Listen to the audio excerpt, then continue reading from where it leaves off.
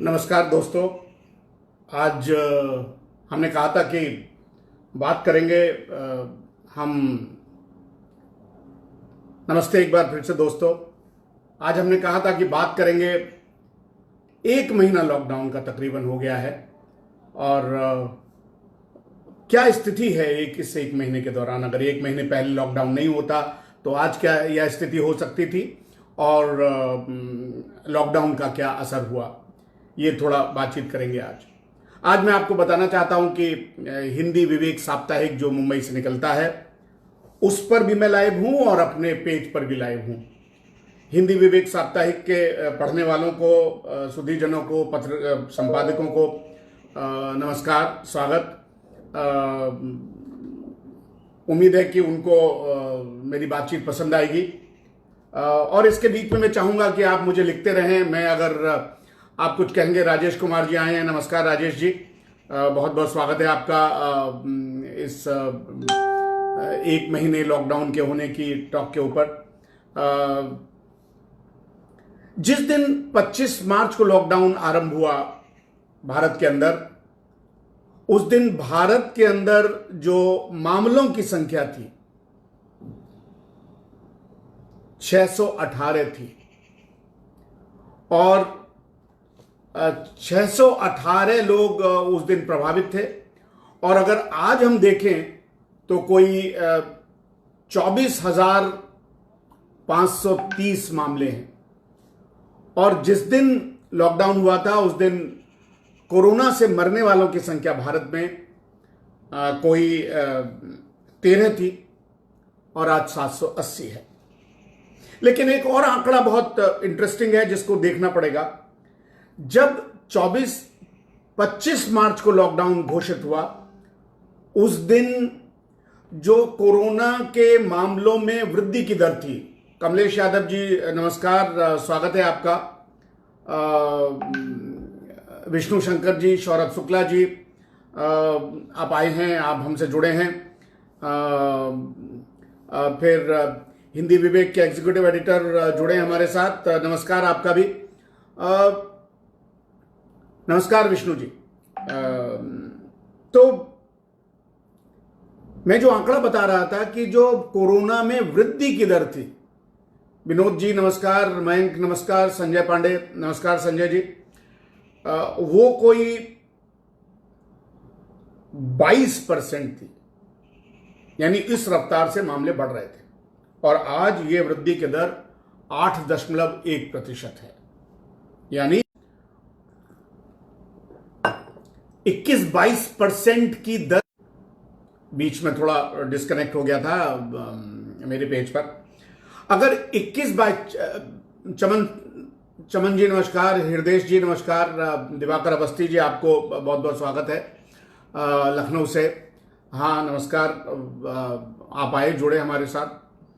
तो अगर हम 21-22% की रफ्तार से मामले बढ़ते रहते तो आज हमारे यहां कोरोना के मामलों की स्थिति कोई 2 लाख से ज्यादा होती, जो कि आज 24% है।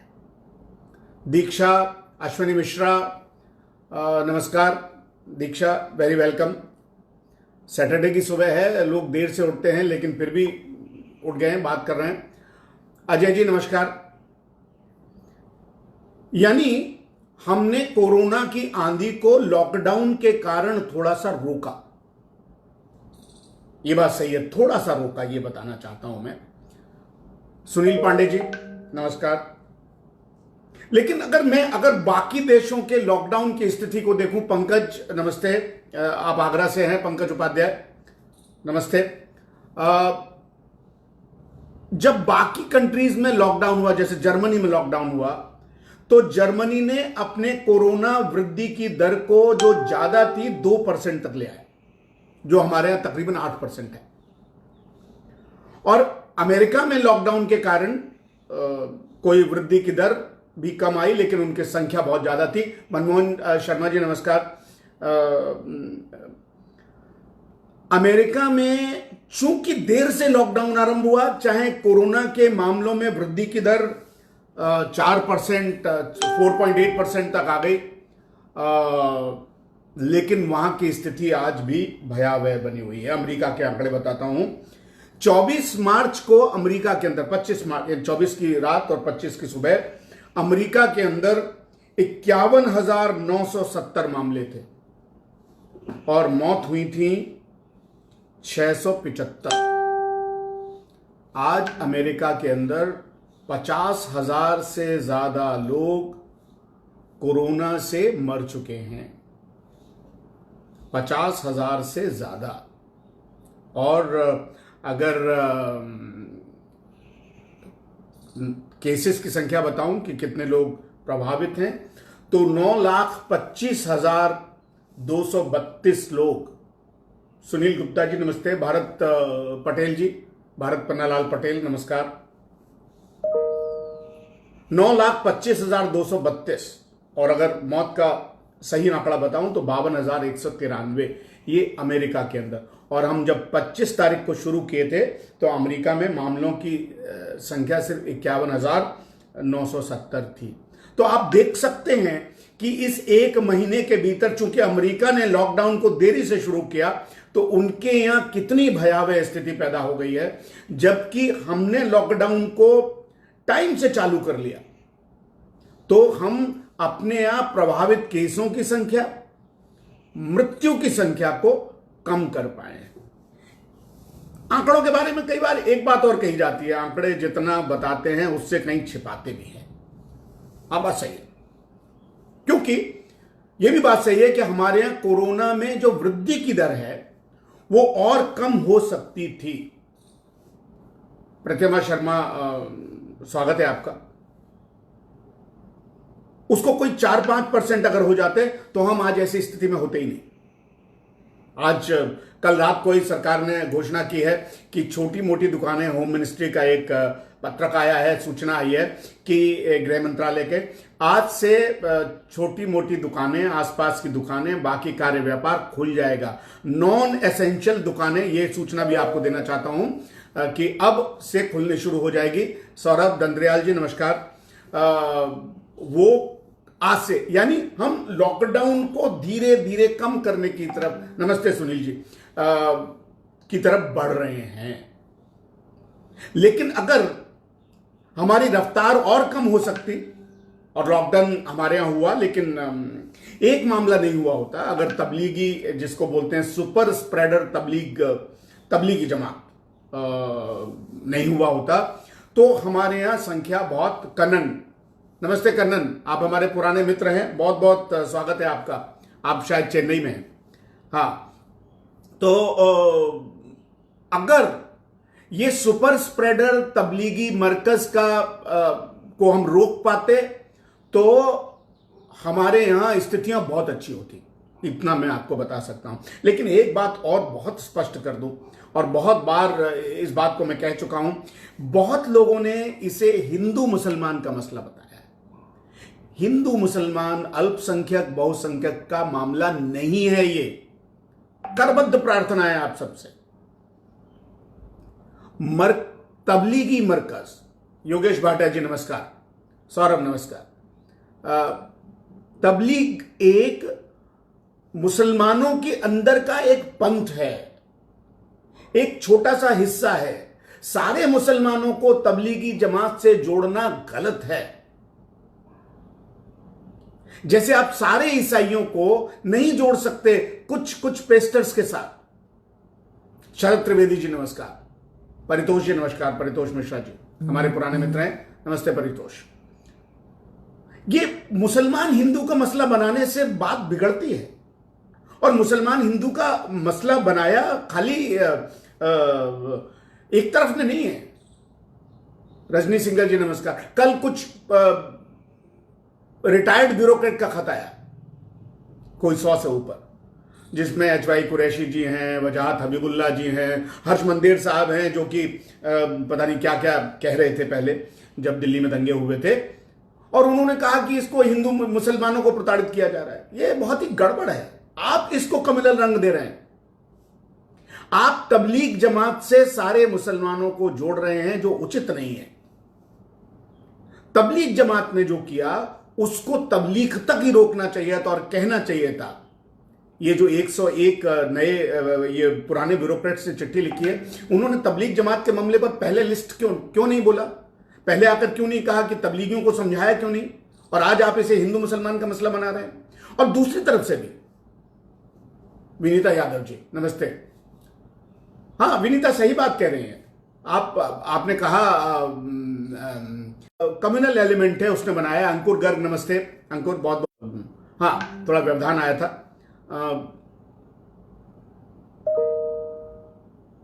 इस्लाम से जोड़ना तबलीग के मामले को पूरे इस्लाम से गलत है, क्योंकि तब अगर ये हिंदू मुसलमान का मसला होता तो तबलीगी जमातियों ने इंडोनेशिया में, मलेशिया में, पाकिस्तान में मामले फैलाए, वहां पर उनके साथ सख्ती की गई। यहां क्यों नहीं की जानी चाहिए? इसे आप हिंदू मुसलमान का मसला बना के क्या कहना चाहते हैं? और मैं ये जो रिटायर्ड ब्यूरोक्रेट से वजाहत हबीबुल्लाह साहब, HY कुरैशी देश के चुनाव आयुक्त रह चुके हैं, आपने तब क्यों नहीं कहा कि तबलीगी गलत काम कर रहे हैं? और दूसरी तरफ से भी ये ठीक नहीं है, ये ठीक नहीं है। और इसलिए अगर तबलीगी जमात का मसला नहीं हुआ था, और मैं आपको बताना चाहता हूं खाली तबलीगी ही इसमें अकेले नहीं है फैलाने वालों में। आज ही अमेरिका के अंदर एक रिपोर्ट आई है, इंडिपेंडेंट अखबार के अंदर, आप कहेंगे तो बाद में जब ये मेरी चर्चा समाप्त होगी तो उसका लिंक इसके साथ शेयर कर दूंगा, आप भी देख सकेंगे। इंडिपेंडेंट में एक रिपोर्ट आई है और उन्होंने कहा कि जो निधि नमस्ते, स्वागत है निधि आगरा से, बहुत बहुत बढ़िया आप आई। हाँ, अमेरिका के अंदर एक बाइबल बेल्ट है और उस बाइबल बेल्ट में जो पेस्टर्स थे, जो उन्होंने कहा कि लॉकडाउन का पालन नहीं करना चाहिए और उन्होंने लॉकडाउन को तोड़ा, बाहर आके अपने अनुयायियों से कहा और उन्होंने कहा कि देखिए हम तो ईश्वर पर विश्वास रखते हैं, क्राइस्ट पर विश्वास रखते हैं और ये वायरस हमारा क्या बिगाड़ लेगा। ये बात उन्होंने लगातार कही और अपने अनुयायियों को चर्च में बुलाया, सर्विसेज में बुलाया, फ्यूनरल्स में बुलाया। आज वहां पर स्थिति यह है कि 30 पेस्टर कोरोना के कारण मारे जा चुके हैं। राकेश आर्य जी नमस्कार, स्वागत है, आप बड़े सीनियर जर्नलिस्ट हैं। 30 पेस्टर, 30 पादरी कोरोना के कारण अपनी जान गंवा चुके हैं। स्वाधीन पानीग्राही, आप ये कह रहे हैं people should understand the difference, few people are politicizing the issue and common man is getting affected। सही बात है, ये एक धर्म मजहब के साथ जोड़ना नहीं चाहिए। और वहां अमेरिका के अंदर फ्लोरिडा के फेडरल कोर्ट में ये मामला गया और उन्होंने कहा कि हमें धार्मिक स्वतंत्रता है, हम तो सब साथ मिलकर ही, जिसको बोलते हैं शिव नारायण जी, हम तो मिलकर ही पूजा कर सकते हैं, ईश्वर की आराधना कर सकते हैं, चर्च में जाने का हमारा अधिकार संविधान देता है। ये कहा, फेडरल कोर्ट ने कहा कि ये अधिकार आपका नहीं है कि दूसरों की जान को जोखिम में डाल सकें, और उसमें आदेश दिया और कई पादरियों की गिरफ्तारी हुई। ये बड़ा साफ मामला है। ये अंधविश्वास, ये दकियानूसीपन, ये कट्टरता, ये कहीं नहीं ले जाती आदमी को। और मुझे बहुत खुशी है कि भारत में एक तबलीगी जमात के अलावा किसी धर्मगुरु ने ये नहीं कहा कि आप आइए और तोड़िए और पूजा करने का अधिकार आपका बेसिक अधिकार, पूजा करने का अधिकार बेसिक अधिकार है, लेकिन भीड़ के साथ पूजा करने का अधिकार बेसिक अधिकार कैसे हो सकता है? आप घर में पूजा कर सकते हैं, घर में नमाज कर सकते हैं, जो मुसलमानों में कहा जाता है कि बा जमात ही आपकी नमाज होनी चाहिए। मक्का मदीना बंद हो सकता है, इंडोनेशिया में मस्जिदें बंद हो सकती हैं, पूरे खाड़ी देशों में मस्जिदें बंद हो सकती हैं। तो प्रियतम अभिनव जी, हाँ बिल्कुल सही बात है, आप कह रहे हैं कि इस चक्कर में सब लोग कट्टर होते जा रहे हैं, इसलिए मुसलमान भाइयों को आगे आना चाहिए। ये बात सही है। मुस्लिम समाज के लोगों को आगे आके नेतृत्व देना चाहिए, कहना चाहिए कि ये गलत किया था, और यहीं से कट्टरता चालू होती है। मैंने बहुत बड़े मुस्लिम समाज के नेताओं के उनको कंडेम करते हुए बहुत ज्यादा बयान नहीं देके, करना चाहिए था और कहना चाहिए था कि तबलीग पूरे इस्लाम को नुमाइंदगी नहीं करता है, जैसा पाकिस्तान में हुआ, मलेशिया में हुआ, इंडोनेशिया में हुआ। वो सुपर स्प्रेडर बन गए और मैंने बोला जैसे कि बाइबल बेल्ट में हुआ, रजनी सिंगल जी, दक्षिण कोरिया में हुआ, चिनशियोंजी नाम का चर्च था, वो शुरू में सुपर स्प्रेडर बना, और उनके, मैंने पहले भी बताया, उनके ली मैन ही उनके जो गुरु थे, धार्मिक गुरु, उन्होंने बाद में आकर लोगों के सामने माफी मांगी, प्रेस कॉन्फ्रेंस में दंडवत करके कहा कि मुझसे गलती हो गई, मुझे ऐसा नहीं करना चाहिए था। ऐसे ही तबलीगियों को आकर कहना चाहिए, खैर, और माफी मांगनी चाहिए। तो हम बात ये कर रहे थे कि अगर तबलीग जमात का मसला नहीं हुआ होता तो हमारी जो कोरोना के केसेस में वृद्धि की दर है, जो अभी भी 8% के आसपास है। सीमा तंवर जी, थैंक यू। अनिगा, नमस्ते अनिगा, आप भी आगरा से हैं, बहुत बहुत नमस्कार। हाँ, तो मैं बताना चाहता हूं कि तो वृद्धि की दर इतनी नहीं होती, और वृद्धि की दर इतनी नहीं होती तो हम बहुत ज्यादा अच्छी स्थिति में होते, लेकिन आज भी हम बहुत अच्छी स्थिति में हैं, ये बताना चाहता हूं। और सरकार ने तो सिर्फ कानून का पालन किया। मैं बीच में नमस्कार कर रहा था अनिगा से, तो सिंचियोंजी चर्च की बात बोल रहा था, दक्षिण कोरिया में उन्होंने माफी मांगी। ऐसे ही तबलीगी जमात के जो रहनुमा हैं, मौलाना साद को आना चाहिए, अपने अनुयायियों के साथ, भारत के साथ माफी मांगनी चाहिए कि मुझसे गलती हुई। ये बड़ा साफ है। खैर, हम आज बहुत बेहतर स्थिति में हैं, क्योंकि अगर ऐसा नहीं होता तो आज दुनिया के अंदर मरने वालों की तादाद 2 लाख के आसपास पहुंच रही है। प्रभात, स्वागत है आपका प्रभात जी, बहुत ही हमारे वरिष्ठ पत्रकार हैं। मालविका जी नमस्कार। प्रभात जी, आपको आने के लिए बहुत बहुत स्वागत, नमस्कार। हमारी स्थिति पहले से बेहतर है, और ये स्थिति सरकार के कायदे कानूनों के कारण बेहतर नहीं हुई है। वो तो ठीक है, सरकार ने नेतृत्व दिया, प्रधानमंत्री मोदी सामने आए, उन्होंने कम्युनिकेट किया, उनका श्रेय उनको जाना चाहिए है, और सब मानते भी हैं।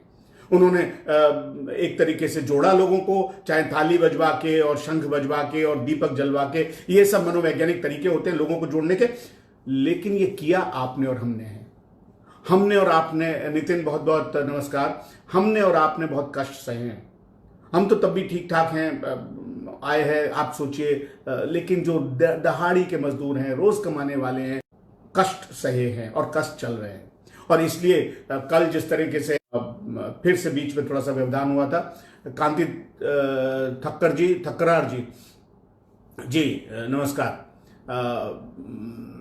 ये शब्द तबलीगी जमात, सुइसाइड बॉम्बर, ये सब शब्द बड़े कड़े शब्द हैं, भारी शब्द हैं, ऐसा नहीं करना चाहिए। वो अंधविश्वासी लोग हैं, दकियानूसी लोग हैं, उनको समझ में नहीं आता, ये जरूर कहना चाहिए। ये जो बड़े भारी शब्द आप इस्तेमाल करते हैं ना, इससे कोई बात बनती नहीं है जी। इस लॉकडाउन में सौरभ लिखते हैं, लोगों का सहयोग अतुलनीय है। हाँ, लोगों का ही सहयोग है भाई, लोगों ने ही किया है, और अभी कोई संकट टला नहीं है। आप मुंबई देखिए क्या स्थिति हो रही है, गुजरात में स्थिति क्या हो रही है। हमको सतर्कता बरतनी है। हम जब दुकानें खोले तो भी वो जो जिसको बोलते हैं देह से दूरी बनाने के नॉर्म्स, एक्चुअली अंग्रेजी का जो शब्द है ना सोशल डिस्टेंसिंग, ये थोड़ा सही शब्द नहीं है। सोशल डिस्टेंसिंग हिंदुस्तान जैसे समाज में, समाज से दूरी कैसे हो सकती है? हम तो सोशल एनिमल हैं भाई, घर के अंदर भी रहते हैं तो समाज से दूरी, तो फोन पर भी तो बात कर रहे हैं ना, दूरी कैसे हो गई? देह दूरी। असल में अगर कोई शब्द का प्रयोग किया जाए तो बेसिकली हमें यह कहना चाहिए देह से दूरी का अभियान। क्यों? देह से देह को फैलता है। इंपॉर्टेंट बात यह है। सोशल डिस्टेंसिंग अंग्रेजी का शब्द आ गया, हम लोग प्रयोग कर रहे हैं, तो देह से दूरी का अभियान अभी चलता रहना चाहिए। कमलेश जी स्वागत है आपका। योगेश भाटिया जी, हाँ ये केसेस बढ़ रहे हैं, योगेश भाटिया जी ने कहा केसेस बढ़ रहे हैं, लेकिन इसलिए भी बढ़ रहे हैं कि अभी ज्यादा टेस्टिंग हो रही है, इसलिए भी बढ़ रहे हैं कि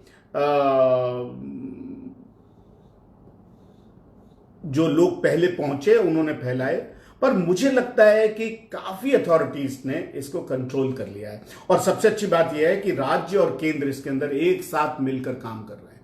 सबसे महत्वपूर्ण बात यह है, अधिकारी लोग अच्छा काम कर रहे हैं। वंदनीय है यहाँ के डॉक्टर, नर्सेस, सफाई कर्मचारी, वार्ड बॉयज। राकेश आर्या जी, देह से 2 गज की दूरी, बिल्कुल सही बात है, देह से 2 गज की दूरी। ये नॉर्म अभी हमको कई महीनों तक अपनाने चाहिए ताकि ये रिलैप्स ना करे, दोबारा ना आए। तो कुल मिला के मैं ये कहना चाहता हूं कि लॉकडाउन ही एक उपाय था, टीका बना नहीं है। अभी तक टीके के बहुत सारे उपयोग हो रहे हैं, और आज ही मैं रिपोर्ट पढ़ रहा था हार्वर्ड की, जॉन हॉपकिंस की, सॉरी मैं कहता हूं, कि ये जो इम्यूनिटी डेवलप करने के बाद दोबारा से मामला नहीं होता है। ऐसा कहा गया कि जिसको एक बार कोरोना हो गया उसमें इम्यूनिटी डेवलप हो गई, एंटीबॉडी डेवलप हो गई, और दोबारा से उत्कर्ष उपाध्याय जी, अनिल कौशल जी, स्वागत है आपका। इसलिए उसमें एंटीबॉडी अगर डेवलप हो गई तो उसमें दोबारा कोरोना नहीं होगा। अभी यह भी प्रामाणिक तय से तय नहीं है, क्योंकि 16% मामलों में ऐसा पाया गया कि वो दोबारा हो गया। अभी हमारे पास ना तो कोई टीका है, ना हमारे पास कोई ऐसी रामबाण औषधि है, ना जड़ी बूटी है, कुछ नहीं है अभी आपके पास। इसलिए एक ही तरीका है कि देह से दूरी बना के रखें थोड़े दिन तक, और एक जिसको बोलते हैं हर्ड इम्यूनिटी अगर हम डेवलप कर लेंगे बाद में, तो हम वायरस से जीत पाएंगे। अंत में मैं इतना ही कहना चाहूंगा कि देखिए, आप पॉलिटिकल बयानबाजी बहुत कर सकते हैं, आप कह सकते हैं कि इसकी वजह से ये हुआ, ऐसा हो सकता था, वैसा हो सकता था। गौरव कीजिए इस बात के ऊपर कि आपका देश, जिसे पिछड़ा कहा जाता था, विमल सिंह जी, हाँ, देह से 2 गज की दूरी, मास्क है जरूरी है, एकदम सही आपने कहा। सीमा जी, हमारी धर्मपत्नी जी, नमस्कार जी, आप भी आ गई हैं, बहुत बढ़िया। आप तो कमरे में आके भी सुन सकती थे भाई, पर ठीक है, अच्छी बात है, हमारा एक मतलब व्यूअर बढ़ जाएगा। हाँ, देह से 2 गज की दूरी, मास्क है जरूरी, ये बात सही है। और ये मैं बोलना चाहता हूं कि भारतीय समाज की ये ताकत थी, आपकी ताकत थी, हमारी ताकत थी, वो जो छाबड़ी लगाता है उसकी ताकत थी, किसान की ताकत थी, मजदूर की ताकत थी, दिहाड़ी वाले आदमी की ताकत थी, जिसने कोरोना की आंधी को इस तरीके से रोका हुआ है। प्लाज्मा थेरेपी कितनी कारगर साबित होगी, ये सौरभ मुझसे पूछ रहे हैं। अभी तक इसके बहुत अच्छे परिणाम आए हैं और बहुत जगह ट्राई किया जा रहा है। देखिए, ये बड़ा साफ है, और मैं बार बार कहता हूं, बार बार इस बात को नहीं दोहराना चाहिए। चीन ने गलती की।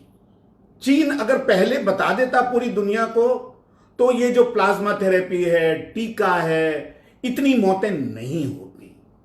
चीन ने बेशक लापरवाही की है, पहले जानकारी नहीं दी। चीन और WHO दोनों इसके लिए बराबर जिम्मेदार हैं। खैर, ये विषय नहीं है, हम तो 1 महीने के लॉकडाउन की बात कर रहे हैं। भारत का समाज, आपकी हमारी ताकत बहुत ज्यादा है, और इसलिए आप देखते हैं कि ये जो बड़े बड़े जिनको हम सो कॉल्ड तथाकथित विकसित राष्ट्र कहते हैं, और मैं विकसित तथाकथित ही कहता हूं, हमेशा से कहता रहा हूं, हमने मन में मान लिया कि वो विकसित हैं, हमने मान लिया क्योंकि उनके पास भौतिक साधन बहुत थे, लेकिन अंदर की जो ताकत थी वो नहीं थी। और इस कारण से मैं आपको बताता हूं कि आज अगर मौतों का जो अंबार लगा हुआ है, इटली के अंदर 25,969 लोग मारे जा चुके हैं, स्पेन के अंदर 22,524 लोग मारे जा चुके हैं, फ्रांस के अंदर 22,245, जर्मनी के अंदर 5,760, यूके के अंदर 19,506, टर्की के अंदर 2,600, ईरान के अंदर 5,574, चाइना के अंदर 4,632। उत्कर्ष जी, धन्यवाद आपका अपनी राय देने के लिए। हमारे समाज की जो ताकत थी अंदर झांकने की, गरीब होने के बावजूद अपनी देह का ध्यान रखने की, इस कारण से हम अभी तक कोरोना की आंधी को थाम पाए हैं। पर फिर मैं बोल रहा हूं, आंधी चल रही है, रुकी नहीं है, खत्म नहीं हुई है, कोरोना चला नहीं गया। इसलिए और ज्यादा सतर्कता जरूरी है, और ज्यादा पालन जरूरी है, और अगर हम ये पालन करेंगे तो हम, प्रियतम जी धन्यवाद आपका अच्छे अच्छे शब्द लिखने के लिए, प्रीतम अभिनव, प्रियतम अभिनव, हाँ जी। तो हमें बहुत सतर्कता बरतनी है। अगले आने वाले 2 महीने और ज्यादा गंभीर होंगे। रिलैप्स कर सकता है, आंधी फिर से चल सकती है, फिर से आ सकता है। और अभी तो आप देख रहे हैं महाराष्ट्र के अंदर वहां मामले बढ़ रहे हैं, गुजरात के अंदर भी खराब है, एक भी खराब है। इसलिए मौतों की संख्या से कि मैंने जैसा कहा आपसे कि मौत तो एक भी गड़बड़ है, मौत तो एक भी खराब है, एक भी नहीं होनी चाहिए इस तरह की मौत। और इसलिए मौतों की आंकड़ों की तुलना देशों से बहुत अच्छी बात नहीं है। बड़ा कष्ट होता है ये बात कहते हुए कि वहां 52,000 मर गए, हमारे यहां तो 700। नहीं, ये बड़ा शब्द प्रयोग ठीक नहीं है। करना पड़ता है सिर्फ एक बात समझाने के लिए, ये बताने के लिए कि अगर आप ऐसा नहीं करेंगे तो हम भी उस मुश्किल हालात में जा सकते हैं। एक एक मौत के प्रति संवेदना होनी चाहिए, चाहे वो अमेरिका में हो, इटली में हो, जर्मनी में हो, यूके में हो, पाकिस्तान में हो, चीन में हो। हमारे सब भाई तो हैं। और इसीलिए हमारे यहाँ तो हमेशा से मैंने बोला ना, हमारी ताकत क्या है? हमारी ताकत है कि हम अंदर से बहुत मजबूत लोग हैं, विरासत में बहुत मजबूत लोग हैं, हमारा वैल्यू सिस्टम बहुत मजबूत है। इसलिए हम हमेशा वसुधैव कुटुंबकम की बात करते आए हैं। और वसुधैव कुटुंबकम क्या कहते हैं? अयम निजः परो वेत्तिम, यह मेरा है वह दूसरे का है। अयम निजः परो वेत्तिम गणना लघुचित श्राम, ऐसी गणना तो छोटे दिमाग वाले करते हैं। उदार चरितानांतु, उदार चरित्र वाले व्यक्ति मनुष्य, उदार चरितानांतु वसुधैव कुटुंबकम, पूरी पृथ्वी हमारा कुटुंब है। और जिन लोगों ने ये कुटुंब इसका पालन नहीं किया उसका परिणाम भोगना पड़ रहा है। और इसलिए पूरी वसुधा हमारी कुटुंब है। भारतीय, अमरीकी, चाइनीज, पाकिस्तानी, सऊदी, इटालियन, ये सब हमारे बंधु बांधव हैं, दूसरे देश में रहते हैं। और इसी कारण से जब हाइड्रोक्सी क्लोरोक्विन का मामला आया और कई लोगों ने विरोध किया कि भारत को नहीं देनी चाहिए, मैंने ट्वीट किया, अभी तक मेरे ट्विटर अकाउंट पर वो पिंड ट्वीट है कि नहीं, हमको देना चाहिए। हम खुद कष्ट सहकर, हमारे यहाँ तो बड़ा सिस्टम है कि घर में 2 रोटी हैं, पड़ोसी भी भूखा है तो भैया एक उसके साथ बांट लो। और इसी कारण से हम कोरोना के इस लॉकडाउन के पीरियड में हमारे समाज ने लोगों को जिंदा रखा है। सरकारों ने नहीं, समाज ने जिंदा रखा है। और इस सारे समाज को, हमारी विरासत को, हमारी ताकत को, हमारी अंदरूनी शक्ति को नमस्कार करते हुए आज का ये मैं अपना टॉक समाप्त करूंगा। नितिन जी नमस्कार, बहुत बहुत। और एक लाइन और, जब हम चाइना की बात करते हैं तो चाइना के लोगों की बात नहीं करते। चाइना के लोग हमारे बंधु बांधव हैं, उनका कोई दोष नहीं है। चीन की सरकार, उसको चलाने वाले दोषी हैं, चीन के लोग दोषी नहीं हैं। सरकारें दोषी हो सकती हैं, लोग दोषी नहीं होते। फिर एक बार आपका बहुत बहुत धन्यवाद मुझे सुनने के लिए। साथ ही हिंदी विवेक साप्ताहिक के सुधी पाठकों को भी मेरा नमस्कार, उन्होंने मुझे मौका दिया आज अपनी बात रखने का। नीरज जी नमस्कार, बहुत बहुत धन्यवाद, नमस्कार।